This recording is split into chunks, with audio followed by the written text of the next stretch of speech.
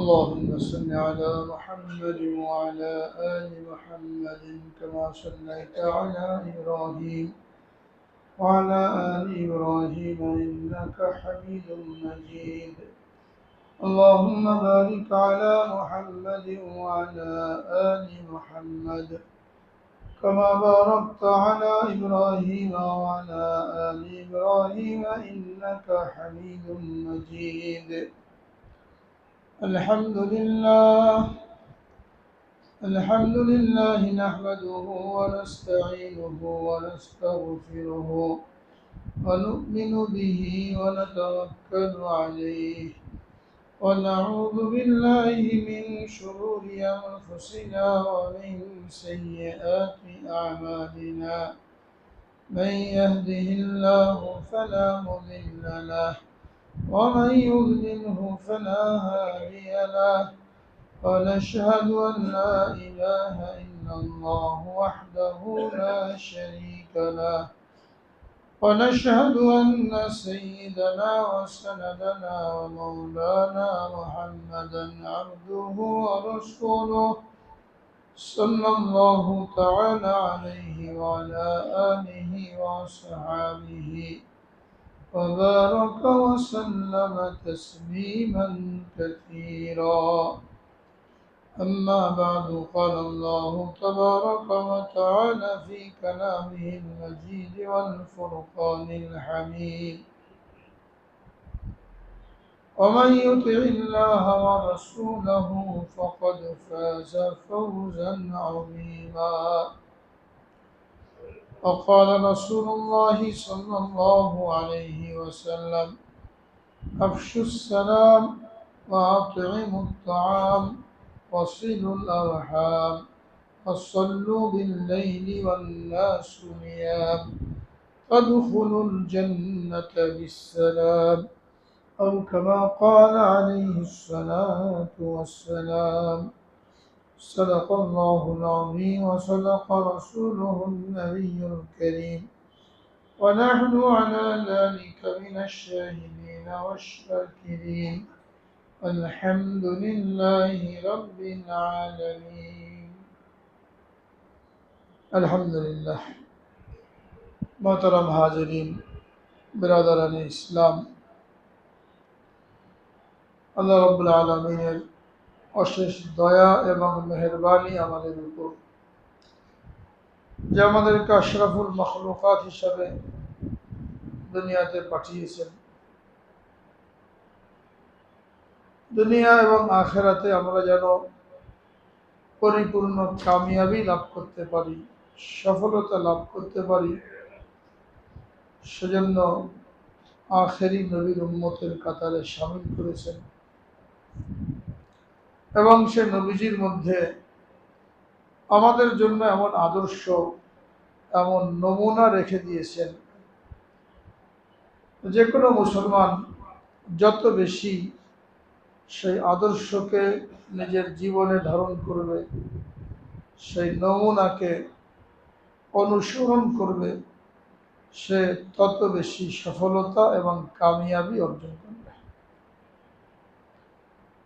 দুনিয়াবী জীবনে যদি কোনো প্রভাবশালী বড় কোনো ব্যক্তিত্বের সাথে কারোর সম্পর্ক থাকে, তাহলে এতে সে গর্ববোধ করে এবং বিপদ আপদের সময় এই সম্পর্ক তার কাজে লাগে।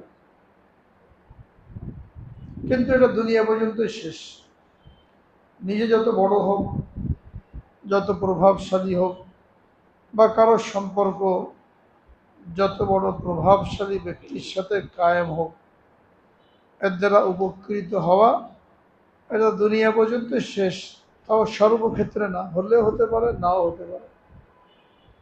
কিন্তু রাসূল আকরাম সাল্লাল্লাহু আলাইহি ওয়াসাল্লামের সাথে কারো যদি সম্পর্ক কায়েম হয়ে যায়, তার আদর্শকে নিজের জীবনে ধারণ করে কেউ যদি সত্যিকারের আশিকে রসুলে পরিণত হয়ে যায়, তাহলে সে ব্যক্তি আখিরাতে তো কামিয়াব হবেই, যাতে সন্দেহের কোনো অবকাশ নাই, দুনিয়াতেও সে ব্যক্তি সফলকাম হবে।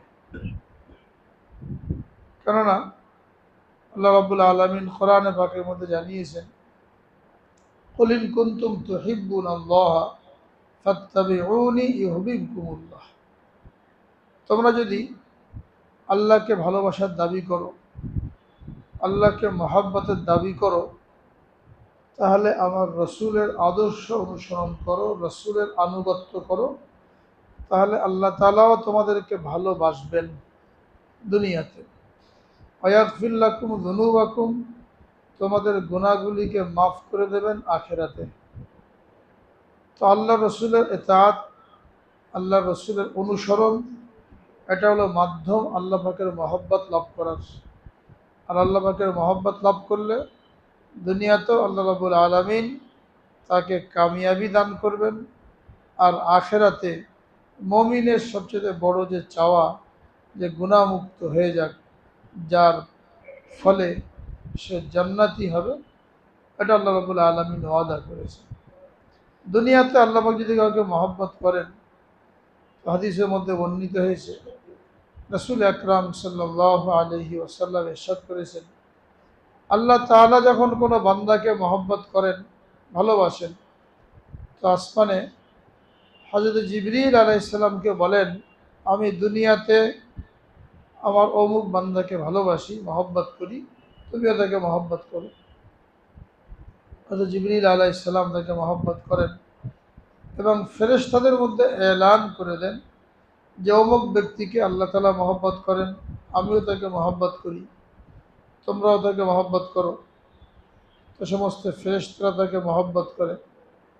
এরপরে জমিনবাসীদের অন্তরে ওই ব্যক্তির মহব্বত ঢেলে দেওয়া হয়, তো মানুষ তাকে মহব্বত করে। এমনকি জঙ্গলের পশু পাখি তারাও ওই ব্যক্তিকে মহব্বত করে, অর্থাৎ তার উপকার করার জন্য চেষ্টা করে, তার খেদমত করার জন্য চেষ্টা করে, পারত পক্ষে তার ক্ষতি করে না। এরকম অনেক ঘটনা কিতাবের মধ্যে, ইতিহাসের মধ্যে সাহাবায়ে কেরাম সম্পর্কে, আল্লাহওয়ালা বুজুর্গদের সম্পর্কে, তো যারা নবীজির সুন্নতের অনুসরণ করার মাধ্যমে আল্লাহ তাআলার প্রিয় পাত্র হয়ে গেছে, আল্লাহ রাব্বুল আলামিন জমিনবাসীদের অন্তরে তাদের মহব্বত কিভাবে ঢেলে দিয়েছেন, যে মানুষ তো মানুষ, জন্তু জানোয়ার তারাও এদের কথা শুনেছে, এদেরকে সম্মান করেছে, এদেরকে সাহায্য করেছে। অনেক ঘটনা পাওয়া যায়। আব্দুল্লাহ ইবনে ওমর রাদিয়াল্লাহু তাআলা আনহু, হযরতে ওমর রাদিয়াল্লাহু আনহুর ছেলে আব্দুল্লাহ ইবনে ওমর রাদিয়াল্লাহু তাআলা আনহু রাসূল আকরাম সাল্লাল্লাহু আলাইহি সাল্লামকে অত্যন্ত মহব্বত করতেন। প্রতিটি ক্ষেত্রে নবীজির সুন্নত কি তালাশ করে করে সেই মতন আমল করতেন। এমনিতে সমস্ত সাহাবীরাই আশিকে রসুল ছিলেন, নবীজির প্রত্যেকটা সুন্নতকে জীবনে ধারণ করেছিলেন, প্রত্যেকটা নির্দেশ অক্ষরে অক্ষরে পালন করার জন্য চেষ্টা করেছিলেন। তো তাদের মধ্যে কম বেশি ছিল। সুন্নতের অনুসরণের ক্ষেত্রে আব্দুল্লাহ ইবনে ওমর রাদিয়াল্লাহু তাআলা আনহু সবচেয়ে অগ্রগামী ছিলেন। তো তার সম্পর্কে বর্ণিত আছে, একদিন তিনি মদিনা থেকে বের হয়ে কোথাও যাচ্ছেন বাইরে, রাস্তায় কিছু দূর যেয়ে দেখেন যে কিছু লোক রাস্তার মধ্যে জমা হয়ে আছে, আটকে আছে, সামনের দিকে যেতে পারছে না। বললেন, কী ব্যাপার, এখানে রাস্তার মধ্যে তোমার দাঁড়ানো, রাস্তা বন্ধ।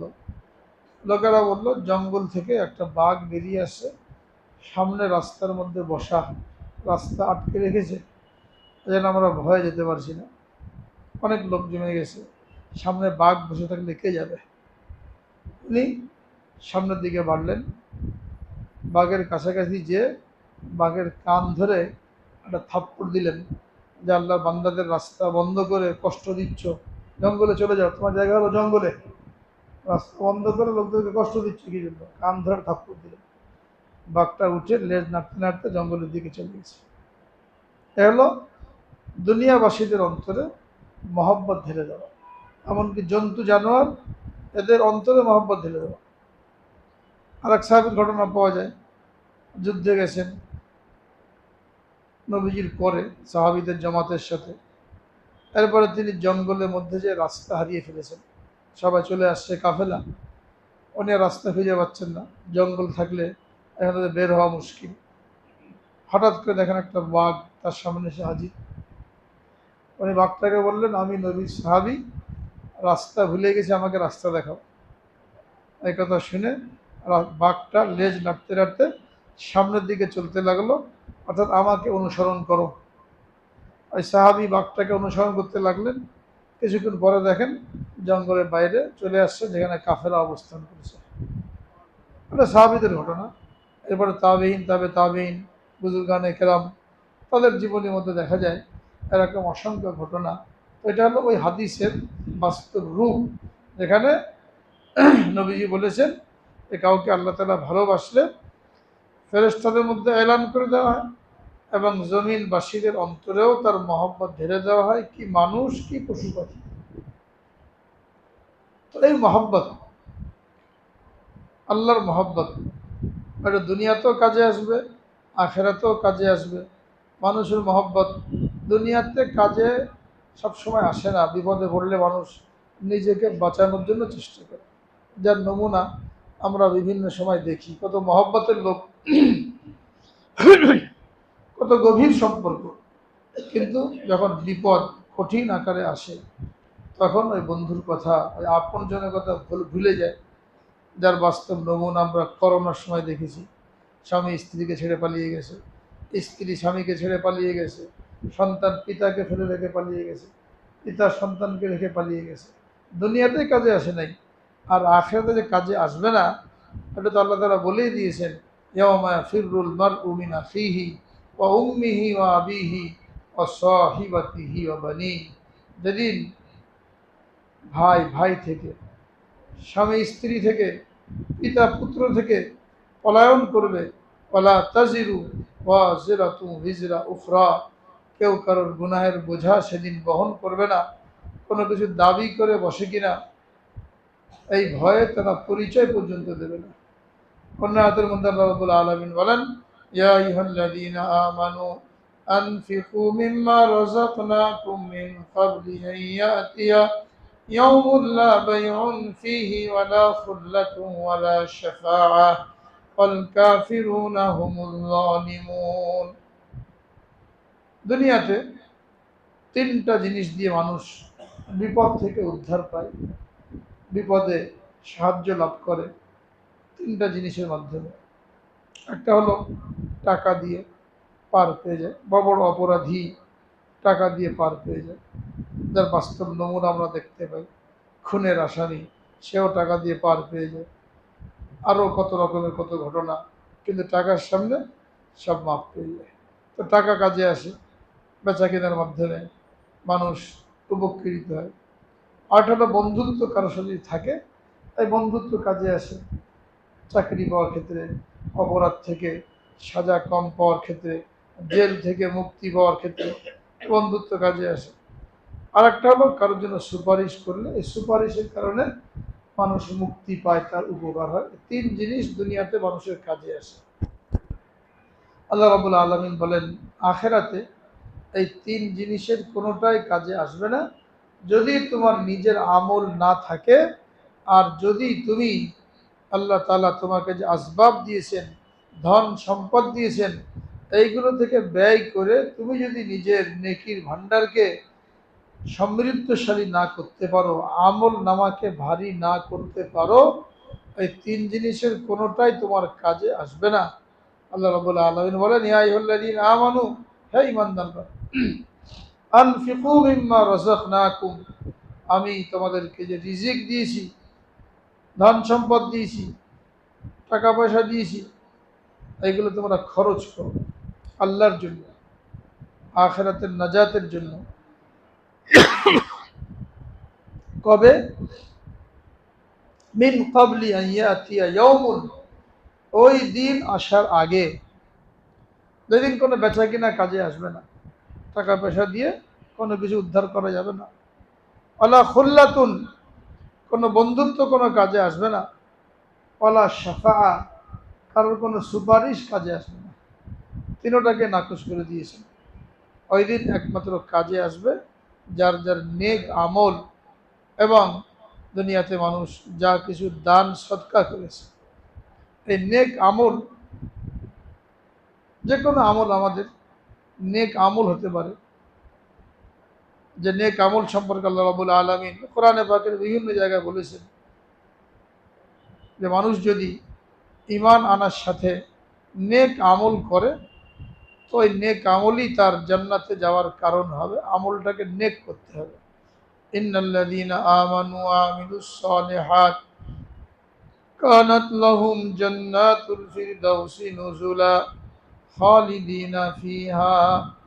যারা ঈমান আনলো এবং নেক আমল করলো, তাদের জন্য জান্নাতে মেহমানদারির ব্যবস্থা করা হচ্ছে, যেখানে তারা চিরদিন থাকবে।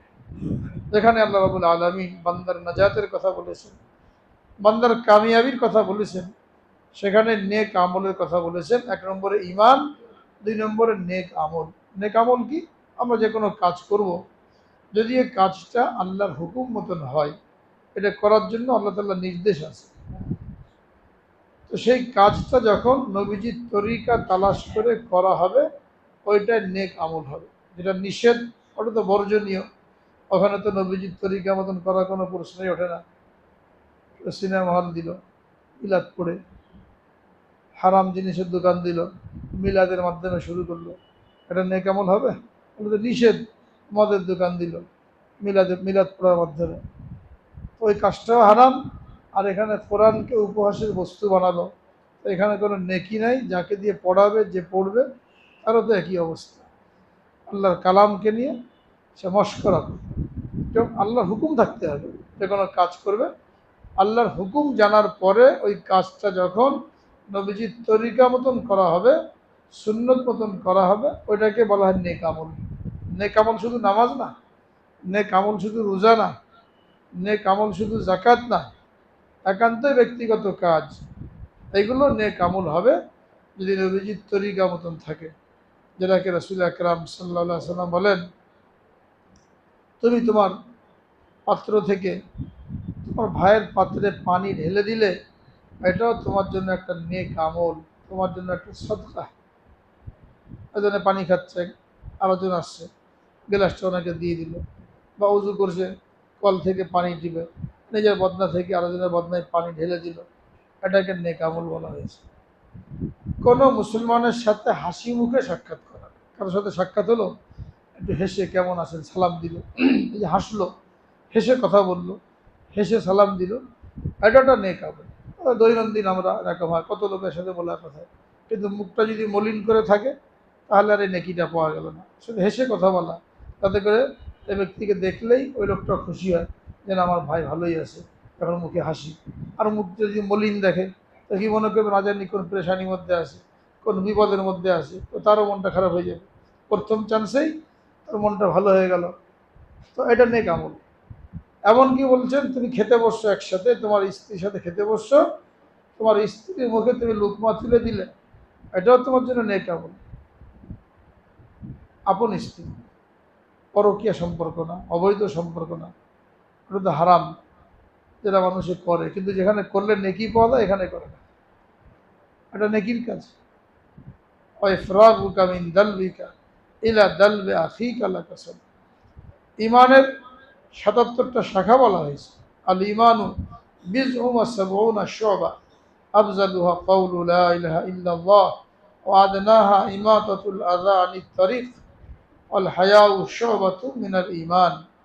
রাসূল আকরাম সাল্লাল্লাহু আলাইহি ওয়াসাল্লাম ইরশাদ করেন, ঈমানের ৭৭টা বেশি শাখা আছে, তার মধ্যে সবচেয়ে সর্বোচ্চ শাখা হলো লা ইলাহা ইল্লাল্লাহ বলা। কেননা লা ইলাহা ইল্লাল্লাহর মাধ্যমেই মানুষ আল্লাহ তাআলার একত্ববাদের সাক্ষ্য প্রদান করে সে ইসলামে প্রবেশ করে। আর এটা না পড়লে তো মুসলমানই হবে না। এই জন্য কালেমা পড়ার মাধ্যমে তাওহীদের স্বীকৃতি দেওয়া, আল্লাহ তাআলার একত্ববাদের স্বীকৃতি দেওয়া, এটা হলো সর্বোচ্চ শাখা। আর সর্বনিম্ন শাখা হলো ওয়াদনাহা ইমাতাতুল আযা আনিত তারিক, রাস্তা থেকে কষ্টদায়ক জিনিস সরিয়ে দেওয়া। রাস্তায় চলি আমরা, ইট একটা পড়ে আছে, যে একটা হোঁচট খেতে পারে, কলার ছিলকা পড়ে আছে, পিছলে পড়ে যেতে পারে, ডাল একটা পড়ে আছে, পায়ের মধ্যে কাঁটা ফুটে যেতে পারে, দেখলাম, দেখে চলে গেলাম, অথচ আধা মিনিটের কাজ ইচ্ছা করলে সরিয়ে দিতে পারতাম, পারলাম না। আমার ইমানের মধ্যে দুর্বলতা আছে। যতই ব্যস্ত থাকুক, এটা সরাতে কতক্ষণ লাগে? আমার এই সামান্য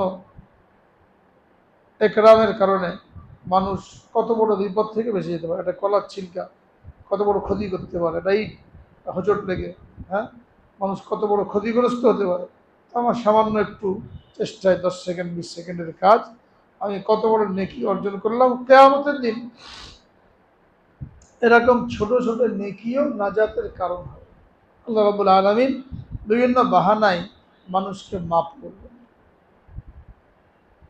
বিভিন্নভাবে মানুষকে মাফ করা হবে। আমলের কারণে মাফ করা হবে, সুপারিশের কারণে মাফ করা হবে। যেমন আম্বিয়া কেরাম সুপারিশ করবেন, হাজি সাহেবরা সুপারিশ করবেন, হাফেজ সাহেবরা সুপারিশ করবেন, শহীদরা সুপারিশ করবেন। এটা পরবর্তীতে, প্রথমে কেউ সুপারিশ করার কোনো সুযোগই পাবে না। নবীরাও পর্যন্ত ভয়ে থরথর করে কাঁপতে থাকবেন। এরপরে আল্লাহ রাব্বুল আলামিন যখন তার রহমতের ভাণ্ডারকে উন্মুক্ত করে দেবেন, তখন আবার সুপারিশ কাজে আসবে। কার সুপারিশ? দুনিয়াবি কারণে কারো মহব্বত ছিল ওইটা না, আল্লাহর জন্য কারোর সাথে মহব্বত ছিল, তো তখন সুপারিশটা কাজে আসবে। এই সুপারিশের কারণে আল্লাহ তাআলা মাফ করবেন। ছোট ছোট নেকি যেটাকে কেমন গুরুত্ব দেয় নাই, এরকম ছোট ছোট নেক আমলের কারণে আল্লাহ তাআলা মাফ করবেন। কাউকে কেউ পানি খাইয়েছিল 1 গিলাস, এই 1 গিলাস পানি খাওয়ানোর কারণে আল্লাহ তাআলা ওই ব্যক্তিকে মাফ করে দেবেন। কোনো জাহান্নাম থেকে মুক্তি দিতে চাইবেন, তো আল্লাহ তাআলা জান্নাতীদেরকে বলবেন তোমরা যাও জাহান্নামে। কাউকে যদি তোমরা পাও কোনো উপকার করেছে, যদি কারোর জন্য সুপারিশ করতে চাও তো সুপারিশ করতে পারো। তো জান্নাতীরা জাহান্নামে যাবে, কাউকে চেনে কিনা, তো দেখা যাবে সে চেনে না, কিন্তু এক লোক তাকে ঠিকই চিনবে, তার হাত ধরে টান দেবে, বলে ভাই আমাকে চেনো? বলে না, তুমি কে? বলে তোমাকে আমি পিপাসার সময় 1 গিলাস পানি পান করিয়েছিলাম, আর কিছুই করে নাই, 1 গিলাস পানি পান করিয়েছে, আমার জন্য তুমি সুপারিশ করো। তখন তার মনে পড়বে অমুক সময় অমুক জায়গায় এই ব্যক্তি আমাকে 1 গিলাস পানি পান করিয়েছিল। তো তার হাত ধরে জাহান্নাম থেকে বের করে আনবে, আল্লাহর সামনে হাজির করবে, সুপারিশ করবে আল্লাহ আমাকে পানি পান করিয়েছিল। এই ওসিলায় আল্লাহ পাক তাকে মাফ করে দেবে, বিভিন্ন বাহানায় মাফ করবে। রাস্তা থেকে জিনিসগুলি সরিয়ে দেওয়া হলো, যে কোনো একটা আমলের কারণে আল্লাহ তাআলা মাফ করবেন বিভিন্ন বাহানায়। এই জন্য হাদিসের মধ্যে বলা হয়েছে লা তুহাক্কিরান্না শাইয়্যাম মিনাল মারুফ, তোমরা কোনো নেকির কাজকে ছোট মনে করো না, আমি তো বড় কাজ করব। যখন যে কাজ করার সুযোগ আছে এটা করো, কোনো একটা বাহানায় আল্লাহ তাআলা মাফ করে দেবেন। এমনকি কারণ নাম যদি সুন্দর হয় একে মাফ করতে চান, কারণ নাম সুন্দর, কোনো নবীর নামের সাথে মেলে, আল্লাহর কোনো প্রিয় বান্দার নামের সাথে কারো নাম মিলে যায়, এই নামের বরকতেও আল্লাহ তাআলা মাফ করে দেবেন। হাদিসের মধ্যে বলা হয়েছে তোমরা তোমাদের সন্তানদের সুন্দর নাম রাখো, কিয়ামতের দিন সন্তানের নাম ধরে ডাকা হবে, যার যত সুন্দর নাম হবে সেদিন তত বেশি সম্মানিত বোধ করবে, সম্মানিত হবে। এই জন্য নাম সুন্দর রাখো। সুন্দর নাম কি? সবচেয়ে সুন্দর নাম বলা হয়েছে আল্লাহ তাআলার নামের সাথে মিলিয়ে নাম রাখা। আল্লাহ তাআলার গুণবাচক 99টা নাম আছে, এই নামের সাথে মিলিয়ে রাখা। রহমান, আব্দুর রহমান, রহিম, আব্দুর রহিম। সবচেয়ে উত্তম নাম হলো আবদুল্লাহ। আল্লাহ পাকের 99টা সিফাতি নাম, একটা জাতি নাম লফজে আল্লাহ, এই আল্লাহর সাথে মিলিয়ে যে নাম রাখা হয় এ হলো সবচেয়ে উত্তম নাম আবদুল্লাহ। তারপর আব্দুর রহমান, আব্দুর রহিম, আব্দুল করিম, আব্দুল খালেক, আব্দুল মালিক, আব্দুল সত্তার, আব্দুল গফফার, আব্দুল মুসাউবির, এই ধরনের যত সিফাতি নাম আছে এর মধ্যে আব্দুল শব্দ যোগ করে নাম রাখা। আব্দুল মানে বান্দা, আব্দুল রাজ্জাক রাজ্জাকের বান্দা, আব্দুল খালেক খালেকের বান্দা, আব্দুল মুসাউবির আকৃতি দানকারী আল্লাহ তাআলার গুণ, তার বান্দা, এগুলো উত্তম নাম। এরপরে নবীদের নামের সাথে মিলিয়ে নাম রাখা, এরপরে সাহাবীদের নামের সাথে মিলিয়ে নাম রাখা। আমরা আনকমন নাম তালাশ করি, তল্লাটে এই নাম কারো না থাকতে হবে, নিজের 14 গোষ্ঠীর মধ্যে এই নাম কারো না থাকতে হবে, এমন নাম তালাশ করে পুরা গোষ্ঠীর মধ্যে কারোর নাম না থাকতে হবে, পরে খুঁজে বের করে এমন নাম, হ্যাঁ, যার কোনো অর্থ নাই, হিন্দু না মুসলমান বোঝার কোনো উপায় নাই, আকাশ বাতাস হিমেল সাগর, বন্টু সন্টু মন্টু মিন্টু পিন্টু, এই সমস্ত নাম রেখে কোনো অর্থই নাই এগুলো, আসল নামটাকে বিকৃত করে দিয়েছে। এবং পরে আসল নাম যদি ভালো নামও থাকে, এই নামটা খাতার মধ্যে চাপা পড়ে আর মুখে উচ্চারণ হয় ও বিকৃত নাম, ভালো নামটা খাতার মধ্যে আছে, লাভ কী হলো?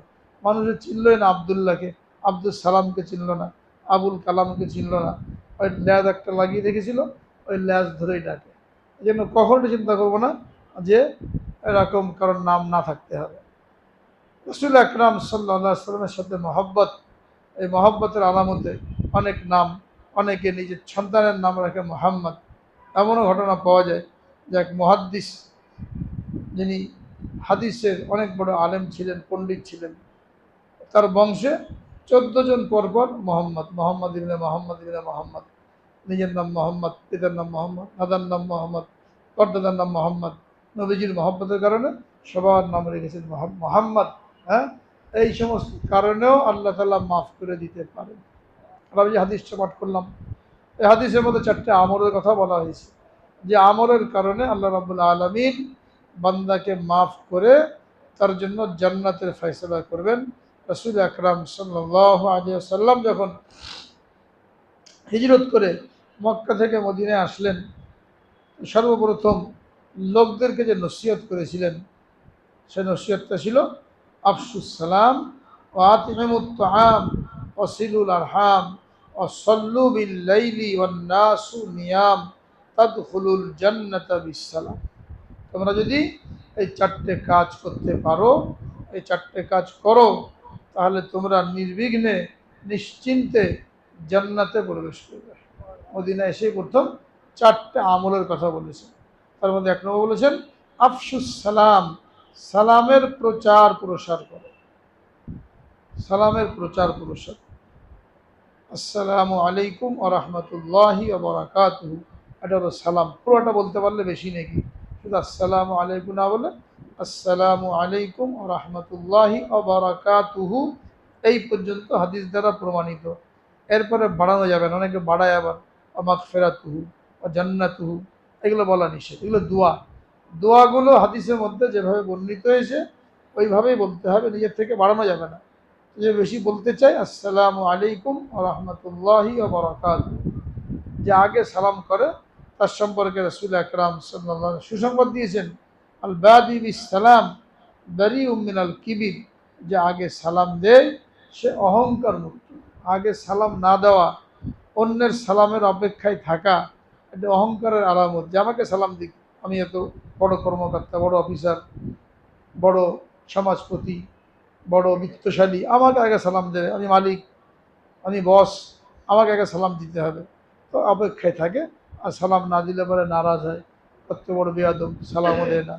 তো সে যদি সালাম না দিয়ে বেয়াদব হয়ে থাকে, তো আমি যে সালাম অপেক্ষা করলাম, আমিও তো এই কাতারে শামিল হয়ে গেলাম। রাসূল আকরাম সাল্লাল্লাহু আলাইহি ওয়াসাল্লাম তার চাইতে বড় কেউ হতে পারে, তার সম্পর্কে হাদিসে বর্ণিত আছে কেউ কোনোদিন তাকে আগে সালাম করতে পারে না। কোনো একটা ঘটনা নাই যে তাকে আগে কেউ সালাম করতে পেরেছে, তিনি সালাম দিয়েছেন। বাচ্চাদের মজলিসে যেতেন, ওইখানেও সালাম করতেন, বাচ্চাদেরকে শেখানোর জন্য বাচ্চাদের আগে সালাম করতেন। আমরা তো বাচ্চাদের সালাম করি না, ঘরে ঢুকি তো বাচ্চাদেরকে সালাম করি না। ঘরে যখন ঢুকি, যেই থাকুক, দরজা খুললে যেই আসুক, স্ত্রী হোক, মা হোক, বোন হোক, ছোটো বাচ্চা হোক, হাঁটতে শিখেছে, কথা বলতে পারে না, তাকেও সালাম দেওয়া। কেন? সালাম মানে দোয়া। ছোটো বাচ্চাও দোয়ার মুখাপেক্ষি, আসসালামু আলাইকুম ওয়া রাহমাতুল্লাহ, তোমার উপরে শান্তি বর্ষিত হোক, তো এই দোয়ার মুখাপেক্ষি বড় মানুষ যেমন, ছোট বাচ্চাও তেমন। যে বাচ্চা, ছেলে হোক, মেয়ে হোক, নাতি নাতনি হোক, ঘরে ঢুকে যাকে দেখলাম তো সালাম দিতে হবে, সে উত্তর দিতে পারুক আর না পারুক, কেননা সেও দোয়ার মুহতাজ। এমনকি ঘরে যদি কেউ না থাকে, ঘরে ঢুকলাম, দরজা খুললাম, তো সেখানেও সালাম দিয়ে প্রবেশ করা। কেন? ঘরে ফেরেশতা থাকে, জিনেরা থাকে, তাদের জন্য শান্তির দোয়া করা। তো খালি ঘরে ঢুকলেও সালাম করতে হবে। তো আল বাদি বিস সালাম বারিউম মিনাল কিবির, এখানে বলা হয়েছে যে ব্যক্তি আগে সালাম করে সে অহংকার মুক্ত। আর এক হাদিসের মধ্যে বলা হয়েছে মাম বাদা বিস সালাম ফাহুয়া আকরাবু ইলাল্লাহ, যে ব্যক্তি আগে সালাম দেয় সে আল্লাহ তাআলার নৈকট্য লাভ করে। আল্লাহ পাকের নৈকট্য লাভ করার জন্য সালাম এটা একটা বহুত বড় মাধ্যম। সালাম করা সুন্নত, কিন্তু উত্তর দেওয়া ওয়াজিব। অনেক সময় আমরা উত্তর দিই না, সালাম করলে অনেকে জানেই না উত্তর দেওয়া লাগে বা মুখ বন্ধ রাখে। সালাম দেওয়া সুন্নত, কিন্তু উত্তর দেওয়া ওয়াজিব। যখন আপনাকে সালাম করলো, তার সাথে দুশ্মনী থাক, মুখ কালাগালি থাক, অন্য কোনো মন কষাকষি থাক, কিন্তু সালাম যখন দিল, এই সালামের উত্তর না দিলে ওয়াজিব তরক করার গুনাহ হলো। এবং এমন একটা আমল, এই আমলটা জান্নাতে যাওয়ার জন্য একটা মাপকাঠি। একদিন রাসূল আকরাম সাল্লাল্লাহু আলাইহি সাল্লাম ইরশাদ করলেন, তোমরা জান্নাতে যেতে পারবে না, লা তাদখুলুল জান্নাতা হাত্তা তাহাব্বু হাত্তা তুমিনু ওয়ালা তুমিনু হাত্তা তাহাব্বু। তোমরা জান্নাতে যেতে পারবে না যতক্ষণ না পর্যন্ত ঈমানদার হবে। এটা স্বাভাবিক কথা, ঈমান ছাড়া কেউ জান্নাতে যেতে পারবে না। তোমরা জান্নাতে যেতে পারবে না যতক্ষণ না ঈমানদার হবে। আর ঈমানদার হতে পারবে না যতক্ষণ পর্যন্ত একে অন্যকে মহব্বত না করবে। অন্তরে যদি হিংসা থাকে, বিদ্বেষ থাকে কারোর প্রতি, এই ব্যক্তির ঈমান পরিপূর্ণ না। অন্যের প্রতি হিংসা পোষণ করি, খারাপ কামনা করি, এই ব্যক্তি ঈমানদার না। বলছে তোমরা জান্নাতে যেতে পারবে না যতক্ষণ না ঈমানদার হবে, আর ঈমানদার হতে পারবে না যতক্ষণ না পরস্পরে মহব্বত করবে। আওয়ালা আদুল্লুকুম আলা শাইইন ইযা ফাআলতুমুহু তাহাবাবতুম। আমি কি তোমাদেরকে এমন একটা আমল বলে দেব যে আমলটা করলে তোমাদের পরস্পরে মহাব্বত বৃদ্ধি পাবে? সাহাবায়ে কেরাম বললেন, অবশ্যই বলুন ইয়া রাসূলুল্লাহ। নবীজি বললেন, আফশুস সালামা বাইনাকুম, তোমাদের পরস্পরে সালামের লেনদেন করো, বেশি বেশি সালামের প্রচার প্রসার করো। তো কোথা থেকে আসলো? সালামের দ্বারা মহব্বত পয়দা হবে। মহব্বত ঈমানের আলামত। এই ঈমানের কারণে মানুষ জান্নাতে যাবে। অর্থাৎ সালামের ব্যাপক প্রচার প্রসারের কারণে মানুষের জন্য জান্নাতের ফয়সালা হবে। এখন আমরা কাউকে চিনলে সালাম দিই, না চিনলে সালাম করি না। পরিচিত লোককে সালাম দিই, এটাকে কিয়ামতের আলামত বলা হয়েছে। যে কিয়ামতের আলামত হলো যে মানুষ পরিচিত লোককে সালাম করবে, আর পরিচিত না হলে সালাম করবে না। যাকে মুসলমান বলে মনে হয় তাকে সালাম করো। আমাদের দেশে 90% মুসলমান, বেশিরভাগই মুসলমান রাস্তাঘাটে, এখানে নির্দ্বিধায় সালাম করা যায়। হ্যাঁ, অন্য কোনো দেশে গেলে, ইহুদি খ্রিস্টান কাফেরের দেশে, সেখানে সবাইকে ব্যাপক সালাম করা যাবে না, সেখানে তো আলামত দেখেই সালাম করবে। কিন্তু আমাদের এখানে বেশিরভাগই মুসলমান হওয়ার কারণে নির্দ্বিধায় আমরা সালাম করতে পারি। এই জন্য সালামের প্রচার প্রসার, যেমন সালামটা দিতে হবে পরিষ্কারভাবে, সালামের উত্তরটাও দিতে হবে পরিষ্কারভাবে। আসসালামু আলাইকুম ওয়া রাহমাতুল্লাহি ওয়া বারাকাতুহু, তিনি উত্তর দেবেন ওয়া আলাইকুম আসসালাম ওয়া রাহমাতুল্লাহি ওয়া বারাকাতুহু। এটা হলো পরিপূর্ণ উত্তর। শুধু মাথা ঝাঁকিয়ে দিলাম, এজন্য সালাম করলাম, মাথা ঝাঁকা দিলাম, হাত দিয়ে ইশারা করলাম, মুখ দিয়ে কিছুই বললাম না। করে এরকম মাথা ঝাঁকায়, হাত তুলে ইশারা করে, তো এর দ্বারা উত্তরের হক আদায় হবে না। সে যেমন মুখে আপনাকে দোয়া করলো যে আপনার উপরে আল্লাহর রহমত বর্ষিত হোক, সেও আপনার কাছে দোয়ার মুখাপেক্ষী হয়ে গেল। তার জন্য আপনাকেও দোয়া করতে হবে যে আপনি যেমন আমার জন্য দোয়া করলেন রহমত বর্ষিত হওয়ার, আপনার জন্য আমি দোয়া করি আপনার উপরেও আল্লাহ তাআলা রহমত বর্ষিত করেন। এটা সে পাওয়ার উপযুক্ত হয়ে গেল। এর জন্য উত্তর না দিলে ওয়াজিব তরক করার গুনাহ হবে। হাত দিয়ে ইশারা করলে হবে না, মাথা নাড়ালে হবে না, মুখে উচ্চারণ করতে হবে। এবং এটা মাহারাম যারা, মহিলাদেরকে সালাম করা যাবে, যারা মাহারাম, বেগানা মহিলাকে সালাম করা যাবে না। রাস্তাঘাটে কোনো মহিলাকে সালাম করলাম, বা অফিসে যে এত মহিলারা কাজ করে অফিসে, ওখানে যে মহিলাকে সালাম দিলাম, আপা কেমন আছেন, ম্যাডাম কেমন আছেন, এদেরকে সালাম দেওয়া যাবে না। রাগ করলে করুক। বেগানা মহিলা যার সাথে পর্দা, এরকম মহিলাকে সালাম দেওয়া নিষেধ। মহিলারা মহিলাকে সালাম করবে, কিন্তু পুরুষ মহিলাকে সালাম করবে না, মহিলা পুরুষকে সালাম করবে না। যেখানে বেগানা, যাদের সাথে বিবাহ জায়েজ, পর্দা করতে হয়। শুধুমাত্র যাদের সাথে পর্দা নাই, মা, বোন, খালা, নানি, দাদি, এদেরকে সালাম করবে। ভাবিকে করবে না, চাচিকে করবে না, মামিকে করবে না, নিজের বোন ছাড়া অন্য কোনো বোনকে করবে না, কলিগের স্ত্রীকে করবে না, আমার গড়পাত্তা সালাম দিতেই থাকি, তো যেখানে নেকির কাজ ছিল ওখানে উল্টা কি হয়, গুনাহ হয়ে যায়। তো মনে রাখতে হবে, সালাম না দিলে রাগ করবে কি জন্য, সেটা তো বিধান। এটা কোনো বেগানা মহিলাকে সালাম করা যাবে না, কোনো মহিলা বেগানা পুরুষকে সালাম করবে না, পুরুষরা পুরুষকে সালাম করবে, পরিচিত হোক কিংবা অপরিচিত হোক। মহিলারা মহিলাকে সালাম করবে, পরিচিত হোক কিংবা অপরিচিত হোক। কিন্তু পুরুষ মহিলা, মহিলা পুরুষ, এখানে খেয়াল করতে হবে তার সাথে আমার পর্দা কিনা। যদি পর্দা হয় তাহলে সালাম করা যাবে না, আর পর্দা না হলে করা যাবে। তবে হ্যাঁ, যদি 70 বছর বয়স্ক মহিলা হয়, 60-70 বছর বেগানা মহিলা, তাকে সালাম করা যাবে, যাকে সালাম করার কারণে ফেতনার কোনো সম্ভাবনা নাই। সালাম দিলে এর দ্বারাও ফেতনার সম্ভাবনা হয়।